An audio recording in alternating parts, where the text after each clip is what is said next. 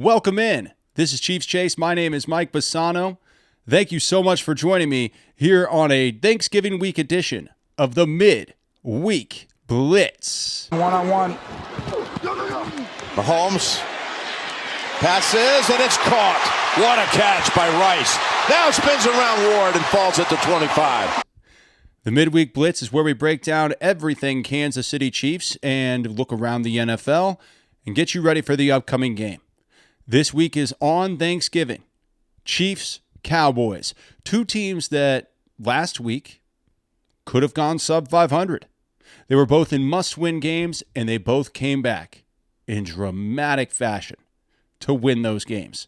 The Chiefs against the Indianapolis Colts, last-second field goal in overtime, and then Cowboys over the Eagles, clawing their way all the way back to win on a last-second Brandon Aubrey field goal.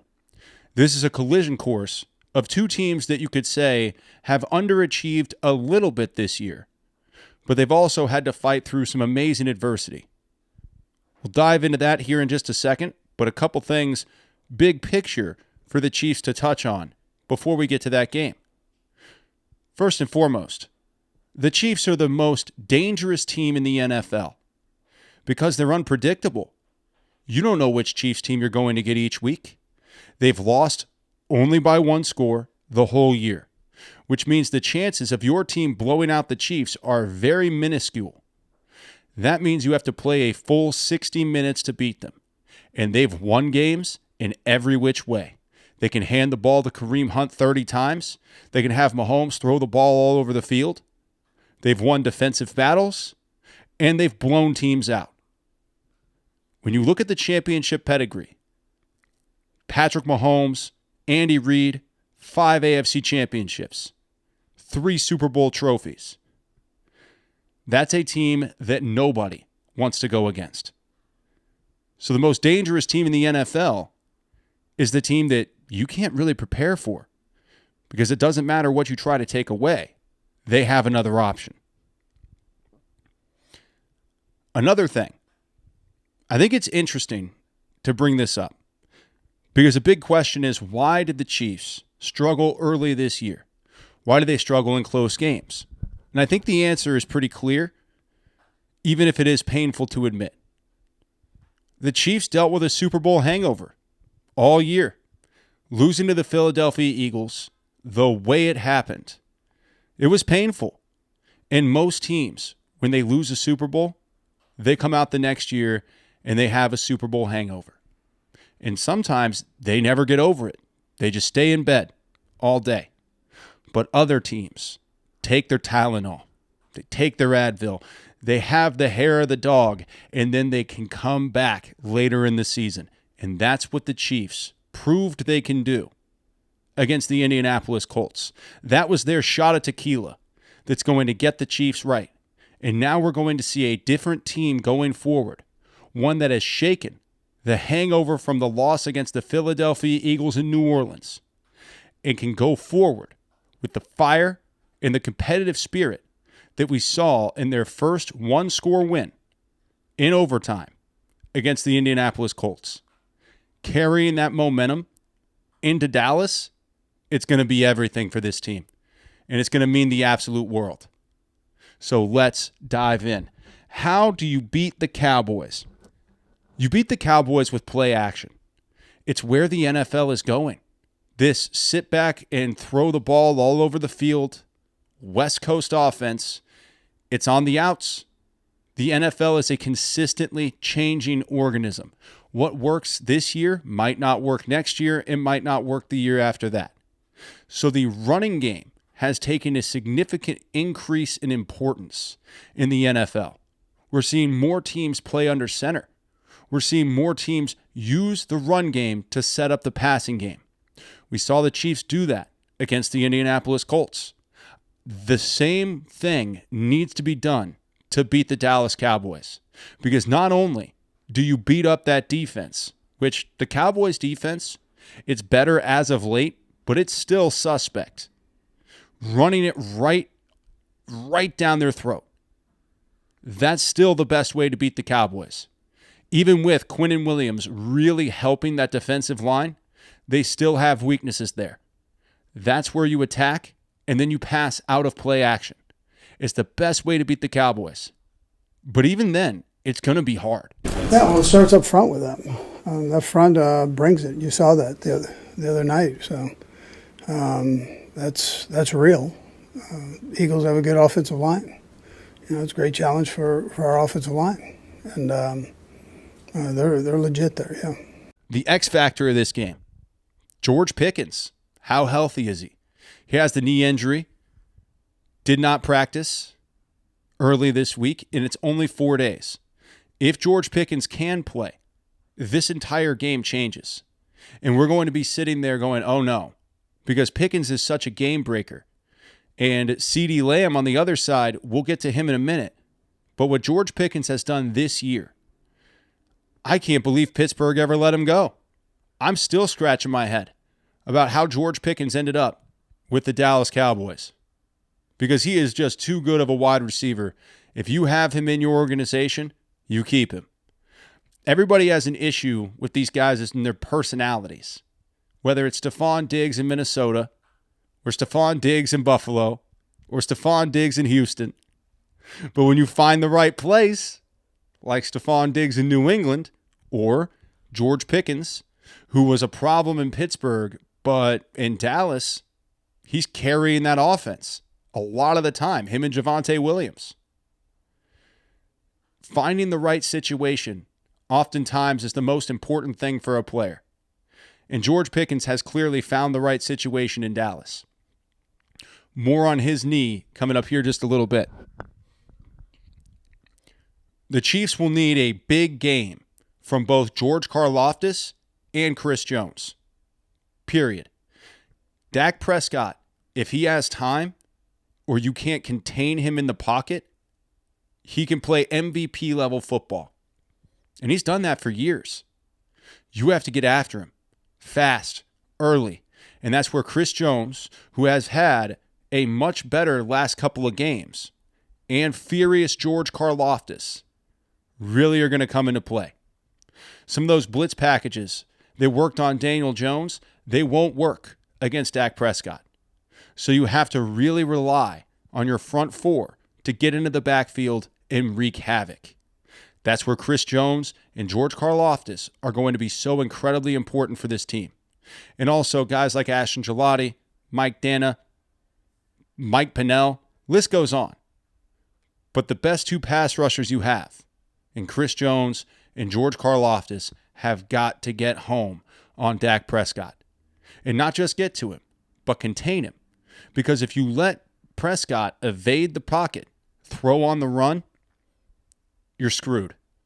Every stat, every eye test, every piece of tape shows that if Dak Prescott can get out of the pocket, run a little bit, and not have that pressure on his back, it's going to be a very long day for the Kansas City Chiefs. So George Karlaftis, Chris Jones, put on the bib and go get some Thanksgiving dinner named Dak Prescott, because that's what it's going to take for the Chiefs to win this game. A big dose of those two guys. Now, on to the Dallas side, Javonte Williams, you can't give Javonte Williams the same treatment that you gave Jonathan Taylor, because the rest of the Dallas Cowboys offense is too strong. The Chiefs against the Colts forced Daniel Jones to throw to beat them. And for a while, it worked for the Colts. They were like, oh, Daniel Jones dropping dimes. Danny Dimes out here. But eventually, Daniel Jones's luck ran out. And he fell off in the fourth quarter and in overtime. The problem with taking the same game plan to Dallas is Dak Prescott, CeeDee Lamb, George Pickens if he's healthy. These guys are not going to let you off the hook the way that Daniel Jones did. They'll still put up points if you key everyone on Javonte Williams. But Javonte's having an amazing year. This is a very balanced, very dynamic Dallas Cowboys offense, and it's going to take not just a brilliant game plan by Steve Spagnuolo, but brilliant execution by all 11 players on the Kansas City Chiefs defense. And stopping Javonte Williams is going to come down I believe, on the shoulders of Nick Bolton. Also, Leo Chenal. I want to see a lot of Leo Chenal in the game against the Dallas Cowboys because you can't key on Javonte Williams the same way you keyed on Jonathan Taylor because Dak Prescott's that much better than Daniel Jones, and he has much better weapons. So Dallas will throw to beat you if you key on Javonte Williams too heavily. So, Leo Chenal, who is the best run stopper in Kansas City, he's the guy you have got to put at the forefront of this defense. Very much the same way the Chiefs did when they shut down Jahmyr Gibbs in the Detroit Lions. Because with the Lions, you had Amon-Ra St. Brown, Sam Laporta. Jared Goff is a much better quarterback than Daniel Jones. So you had to put guys in position where they could stop a balanced attack. Same situation against the Cowboys. In fact, if I'm Steve Spagnuolo, I use almost the exact same game plan against the Cowboys that I used against the Detroit Lions that held them to 17 points in Arrowhead on Sunday Night Football. I'm glad Javonte Williams is out of Denver. I just wish the Chiefs didn't have to play him again for a few years, because in 3 or 4 years, Javonte as a running back is going to be a little over the hill. Right now, he's in his prime. And now the Chiefs have to face him again. I thought we were done with him after he left Denver. But he's really resurrected outside of Denver. And I don't think they used him poorly. It's just sometimes you need something that's the right fit. And Javonte Williams in Dallas, it's the right fit. Try to find a weakness, put something different in. Now, have we put some wrinkles in? Yeah, we kind of prepared for this a little bit back a while ago. But I don't think you can get the full allotment of what you would like to have. Like, what'll be interesting is after the game saying, if we had time, we could have put this in, but I hope that doesn't happen. And really, I think the biggest challenge, Coach Reed's probably talked about it, is just getting the guys fresh and ready to play physically. CeeDee Lamb versus Trent McDuffie is a generational matchup. If you love wide receiver versus cornerback matchups, Thanksgiving Day is the one for you. CeeDee Lamb is a generational talent. Trent McDuffie is a generational talent. 2 all-pros at their positions. And my guess is they'll be going one-on-one most of the day. That is the matchup to watch. I think in a lot of ways, it could be the matchup that helps decide this game for the Kansas City Chiefs and the Dallas Cowboys. And George Pickens, just take the week off. It's your knee. You can't be too careful with your knee, George. Take the week off. Don't worry about it. It's an AFC matchup. It's not that important. Just, hang out on the sidelines, relax, take the long week to rest. There's no need to push it against the Kansas City Chiefs, George. Just take the time off. It's not a must-win for the Cowboys because it's an AFC-NFC matchup. It won't help you as much when it comes to tiebreaker. Not that they really need it because they already have a tie, which will probably negate most tiebreaker scenarios for them. My point is I don't want George Pickens to play. If George Pickens plays, who guards him? Noel Williams is your best bet. So either Noel Williams has to put on an all-pro performance to stop George Pickens, or George Pickens' knee hurts and he doesn't play. I'd much rather bank on George Pickens not wanting to play with that bad knee than I would on Noel Williams, a rookie, shutting down George Pickens. It's a tough matchup, man. There's a lot of weapons in Dallas. The good news is the Chiefs should be able to put up points. That's the hope, is that the Chiefs come out and they put up points. And if that happens, well then, it could be a shootout. I hope the Chiefs defense plays really well. And we spent a lot of time talking about the defense just now. Nick Bolton, Leo Chenal, Chris Jones, George Karlaftis, Trent McDuffie, Noel Williams. The reason we spend so much time on that is because the Dallas Cowboys have that good of an offense. You have to do everything you can to neutralize a very balanced very strong offense in the Dallas Cowboys. And that's going to be a very tall order for the Kansas City Chiefs. So Patrick Mahomes, Kareem Hunt. In the backfield, here's the handoff. Hunt up and over for the touchdown. And Kareem has a touchdown for the 4th straight game. Now, Rashee Rice's hamstring. He did not, he injured his hamstring on the 4th and 3 catch. A phenomenal catch. We saw on that 4th and 3 play why Rashee Rice is so heavily hyped by people like me, by people who watch a lot of football. Everyone looks at Rashee Rice and they're like, that's a top 5 talent. Absolutely. Rashee Rice is a top 5 talent in the NFL. I think that's an undeniable fact. But as far as his production goes, I don't know how much he was working out during his suspension. It took him a long time to get his legs underneath him. I'll just say this, and I hope everything for Rashee Rice is fine. I hope his hamstring's okay, and I hope he's ready to go on Thursday. But if I got gifted a 6-game suspension, again, gifted a 6-game suspension, I was very critical of people wearing the free 4 T-shirts, the players wearing the free 4 T-shirts while Rashee Rice was suspended. He was very fortunate to get 6 games. I thought 8 games was probably fair, and 12 games would have been on the higher limit of fair. 6 games was a gift. So for Rashee Rice to come back from his 6 games and not look like he's ready to go, it took him games to get back into the flow of things. But now he does seem back into the flow. But as soon as he gets back into the flow, lack of conditioning is usually a big reason why hamstring injuries happen. It's the truth. So I hope he's okay.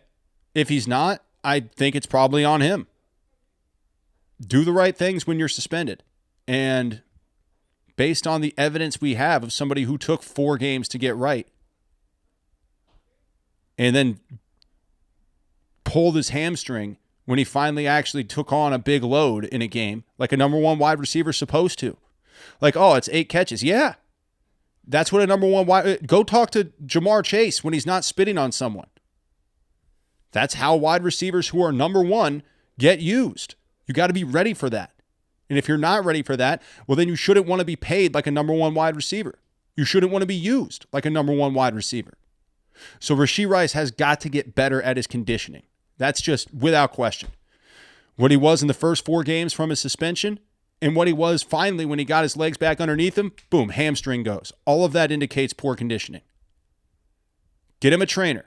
Do something. Do something, man. Because if you want to be a top 5 wide receiver, that's what it's going to take. And if not, then tell somebody so they can go draft one. If you don't want to be the guy, that's okay. Tell somebody. You can go be a great number 2. But if you want to be the number 1 guy at the top spot, you got to be able to take on that workload. And you have to be able to hit the ground running when you come back from a suspension. And Rashee Rice wasn't able to do either.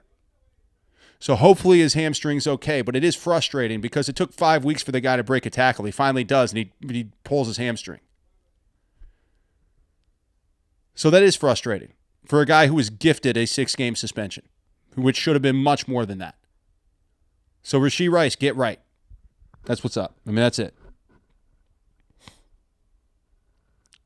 Prediction for the game. I have the Chiefs winning 31-28. The Chiefs and Cowboys game is going to be another one where we have to take our blood pressure medication. One that's going to come down to the wire and probably be decided by maybe a last-second field goal, overtime, or a big play at the end. So it'll take all of the discipline that we saw from the Kansas City Chiefs against the Indianapolis Colts. The late-game discipline to make the right throws, not drop the ball, and be in the right positions when the game is on the line. The Chiefs did that last week against the Indianapolis Colts. It was their first one-score victory of the year, and I think they're going to have to get a second one-score victory on Thanksgiving against the Cowboys, and it will take all of the discipline they have. It's a tough game. I think the Cowboys are a very underrated team. Jerry Jones, say what you want about him. The trades are working. Quinnen Williams has transformed the Cowboys' defensive line. George Pickens has transformed the Cowboys' offense. He has created a team that is a legitimate threat. Give him credit for all the negative things we say about Jerry Jones. I don't feel supremely confident going into Thanksgiving against this team. You got guys out partying all night in Vegas, showing up and putting the ball in the end zone all Sunday. You have that going on? Or Monday night, rather. So you guys have guys going out all night in Vegas, showing up Monday night, putting the ball in the end zone, no problem. When the Cowboys are partying and they're winning, that's a good team. And that means Jerry Jones has actually done a very good job as general manager of this team. They have the talent across the board. What else is he supposed to do other than create talent and put it there, right? Find talent, put it in your situation. That's Jerry's job. I think he's done a pretty good job of it. Mahomes rolling away from traffic, taking off, picked up big yardage, got a first down. Now, that's all the Chiefs stuff for this show. I wanted to get it all at the front so that we can do all the Chiefs talk, all the Chiefs discussion, and get you ready for the game and a prediction right off the front, because I know this is an early midweek blitz. So there's less stuff that we have to discuss, less storylines, but that's what happens with a 4-day layoff. I don't like a 4-day layoff, by the way. I'm not a fan. I want every layoff to be a full week. I think that's what players deserve. But I understand this is an entertainment product. And when you are an entertainment product, that's what's going to matter. More so than your preparation, more so than even your physical well-being. You got to have people playing on Thanksgiving. You have to give them the opportunity to get on television, because that's why you make so much money. You know, if the players want to make half of what they're currently making, then they can play on Sundays every single week. So while I understand the frustration of a 4-day layoff, I feel the frustration of a 4-day layoff. The reason the contracts are so big is because you play on days like Thanksgiving. See, unfortunately, as much as the 4-day layoff stinks, you got to suck it up and be ready. And I expect the Kansas City Chiefs and the Dallas Cowboys both to be ready for Thanksgiving. Now, we have another game, a couple games on Thanksgiving. Bengals-Ravens. The Bengals better beat the Ravens, man. I don't want the Ravens anywhere near the playoffs. I know about the history with Lamar Jackson, with Mark Andrews, even John Harbaugh to an extent. I know the history of the playoffs for the Baltimore Ravens. They always find a way to screw it up. But this is a situation where I'm concerned about seeing the Ravens in January. I think most people should be concerned about seeing the Ravens in January, because they have a lot of talent on that team, and they're flying under the radar, winning every week, and nobody's really talking about it because the wins aren't crazy impressive. I feel like that's the Ravens putting everybody right where they want them, where they're underestimated. How rarely is Lamar Jackson and the Baltimore Ravens underestimated? It never happens, but we're currently in a world where the Ravens are an underestimated team. And that makes them a very dangerous team, a team I don't want to see in the playoffs, and I think a team most don't want to see in the playoffs. So, Joe Burrow, Cincinnati Bengals, take care of business on Thanksgiving. Knock the Ravens down. Get them out of the playoff picture. We want Aaron Rodgers and the Pittsburgh Steelers in the playoffs, or maybe even Joe Burrow and the Bengals, but not Lamar Jackson and the Baltimore Ravens. And I got to tell you, I can't hate Joe Burrow. No matter how much I hate the Cincinnati Bengals and the Cincinnati Mayor and Jamar Chase, I can't hate Joe Burrow. The guy is just such a fiery competitor. He worked so hard to get to come back this early to play for a team that doesn't even have a defense. So I just take all that hatred that I want to feel for Joe Burrow, and I just put it towards Jamar Chase. Just more Jamar Chase hatred. Because Joe Burrow is impossible to dislike, man. The guy does everything to ball out. And he gets injured a lot, but then he gets healthy really fast. It's a crazy scenario. for the Cincinnati Bengals and Joe Burrow. By the way, this is maybe a crazy take, but I'm going to go there. This offseason, the New Orleans Saints should put together some kind of insane trade package for the Cincinnati Bengals to get Joe Burrow. He just seems like such a Louisiana guy. Obviously, the LSU connection, the Burrow with the EAUX. If he went to New Orleans and they could build a team around him, I think Joe Burrow would be in the perfect fit. And maybe with all the injuries and all the mishaps in Cincinnati, it's just time for him to move on and go to a more likable team that doesn't have Jamar Chase on it, that I can actually root for. New Orleans Saints, the ball is in your court. Find a way, find a trade that makes sense for Joe Burrow, because he would transform your franchise and bring hope into the New Orleans community for a football team that is, right now, not instilling a lot of hope. Go trade for Joe Burrow. Joe Burrow in New Orleans would be sick. Don't picture it in your mind now. Pretty nice, right? Joe Burrow in New Orleans. Pretty sweet. They bring the linebackers going deep. He's looking for Higgins, who makes the catch. Was he in bounds? Packers, Lions, the first game of the Thanksgiving day. Let's dive into it. Dan Campbell is going to have those boys ready. Absolutely. The Lions, they've been a little iffy as of late, but still a very good football team. However, Emmanuel Wilson's emergence, along with Josh Jacobs, gives the Green Bay Packers a 1-2 punch that I don't think the Detroit Lions were going to be able to handle. I know the Lions have the 7th-ranked rushing defense, but I really believe in Emmanuel Wilson. I really believe in Josh Jacobs, and I believe in the Green Bay Packers and Matt LaFleur to keep this ship going in the right direction. The Packers are a legitimate Super Bowl contender. And with a 1-2 punch at running back like Wilson and Jacobs, they can take the pressure off of Jordan Love and put him in positions where he only has to make the right throws in the big moments, which Jordan Love has proven he can do.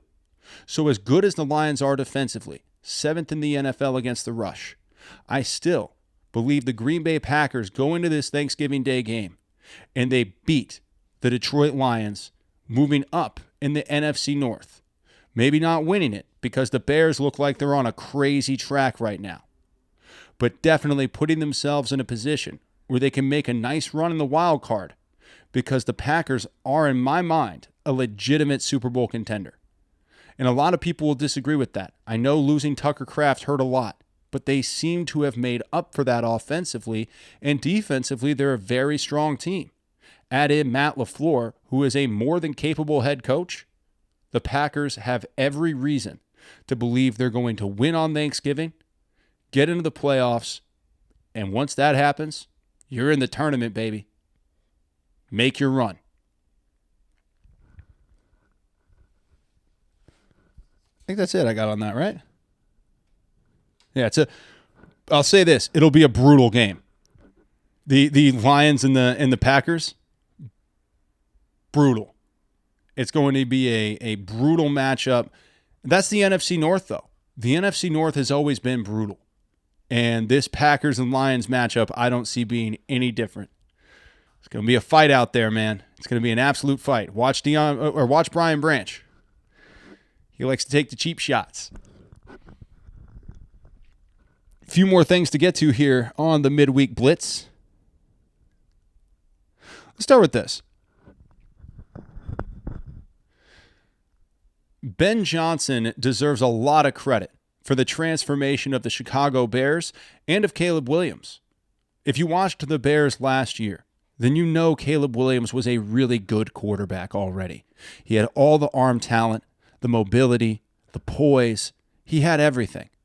But just like with Patrick Mahomes, who had all the arm talent, the athleticism, and the poise, he needed Andy Reid to elevate and provide structure so that he could play at the highest possible level of his abilities.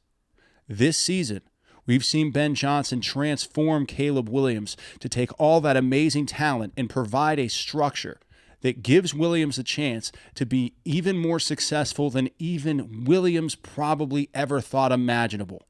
Because watching him this season, his ability to act like a mature professional completely transformed over the offseason. And it's not like he was some immature guy, but there is a difference between being a rookie in the NFL who's kind of finding his way and a leader in the NFL who will keep your team positive and in games no matter what. That oftentimes takes a great head coach who understands the importance of the quarterback leading the team. Andy Reid has that with Patrick Mahomes. And Ben Johnson this season has proven to have the same thing with Caleb Williams. If you're a Caleb Williams hater, I have very bad news for you. He ain't going anywhere. He's only going to get better. The Bears are now going to be great. I'm telling you, I have a lot of faith in this team. And you know what? The NFL is better when the Bears are good. Remember the last time the Bears were good? The Dick Duran, Lovie Smith years with the monsters of Midway, Lance Briggs, Brian Urlacher, Tommy Harris, dude. The NFL is a better place when the Chicago Bears are playing well. And I think this is a situation where it's not just 1 year for Chicago. This is going to be the Bears for a long time. In that moment that I'm thinking of right now, when Aaron Rodgers said, "I still own you," to the Chicago Bears fans, well, I think there's a good argument that could be made that the Bears might own the NFC North in the very near future for a very long time. And we might be looking back at that moment where Aaron Rodgers said, "I own you," to the Chicago Bears fans, as the moment that the Chicago Bears organization figured out their direction. Draft Caleb Williams, find the right coach for him, and build. And my goodness, are they building. Offensive plays per game, and they have the most plays on defense. Williams, a strike to DJ Moore. Touchdown. You know, let's get to the Patriots real quick. The New England Patriots are being disrespected because the national media has no idea what they're talking about. We see it all the time. They use a last place schedule to call a team a fraud. The Patriots are not frauds because of their last place schedule. It's just easy for people who don't watch the games to point to the schedule and go, "Oh, they're not that good because they're not playing the best of the best." That's ridiculous. If you watch the New England Patriots, you watch how Mike Vrabel has transformed this team this season. You watch Drake May and the development that he's had as a quarterback. You watch Travion Henderson and the speed, home run hitting ability that he brings to that team. You watch Stephon Diggs, who's on his best behavior and living his best life as a New England Patriot. That team is not only a legitimate contender, they're a team that everybody, including myself, should be afraid of when it comes to playoff time. You want to go to Foxborough right now and play the Patriots? You think that's an easy game? Anybody discounting or trying to disparage this season for the New England Patriots, they're either not paying attention and they're just lazily throwing out takes based on strength of schedule, or they're actually stupid. Like they shouldn't be allowed to talk. Like I understand lazy analysts. Sports media has a lot of lazy analysts. Did it for a long time. A lot of those guys don't watch games. And then they go, well, strength of schedule. Because it's easy.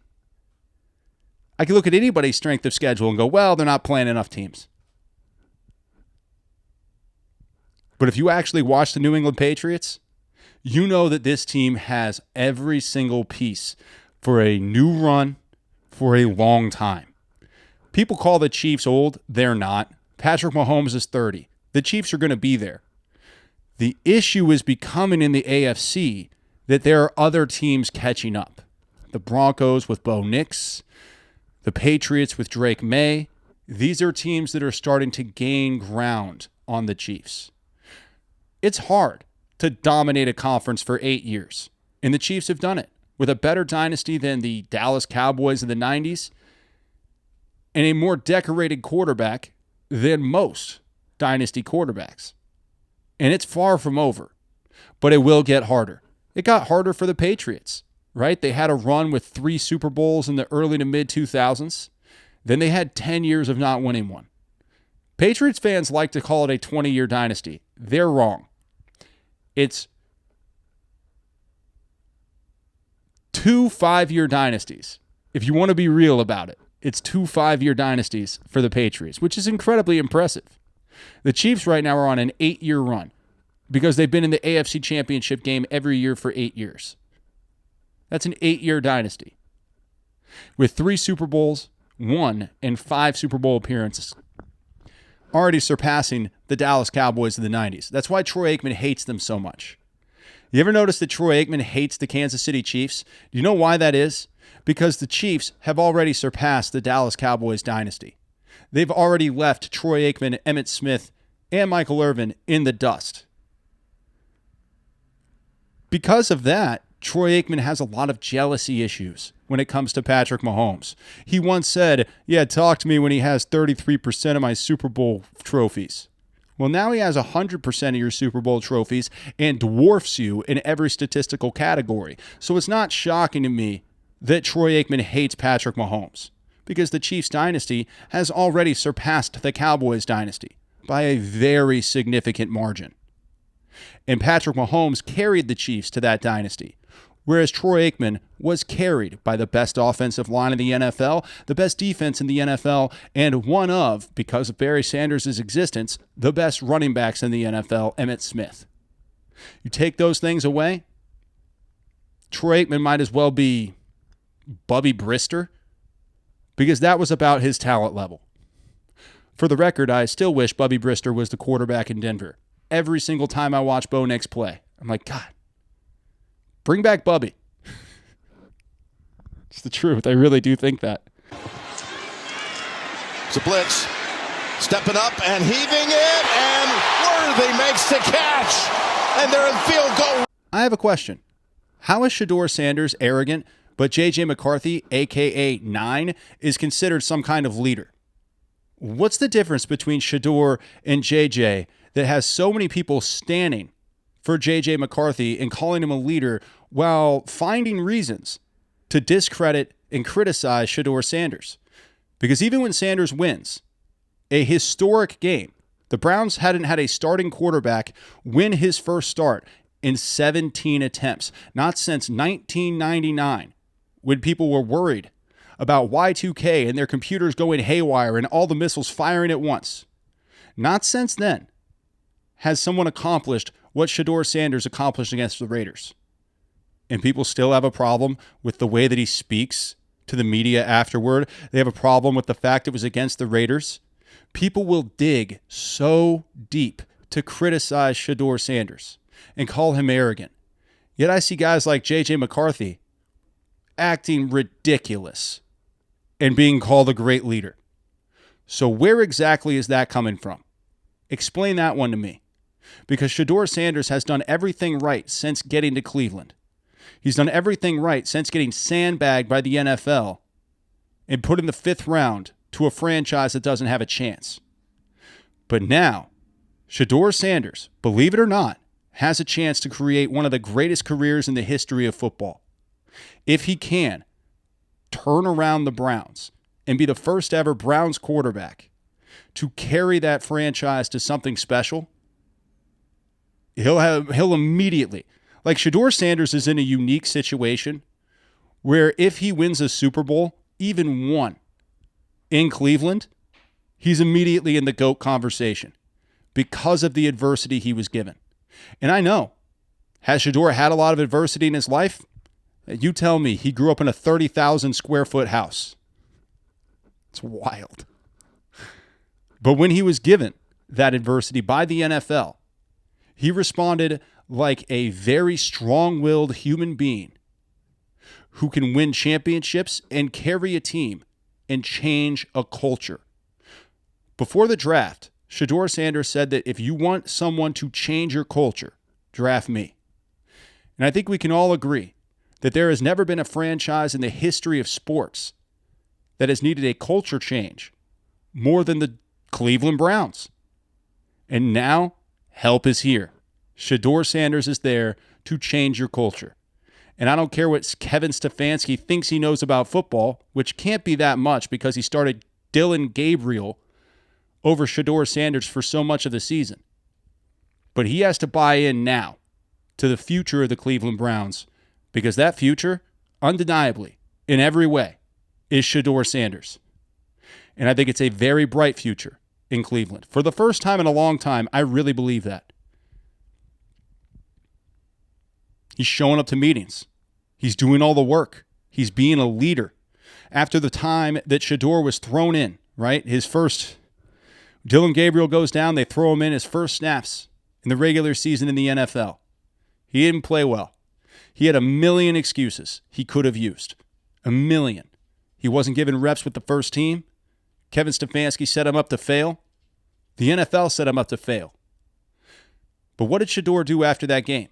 He addressed the locker room and apologized for playing so poorly and promised that it wouldn't happen again.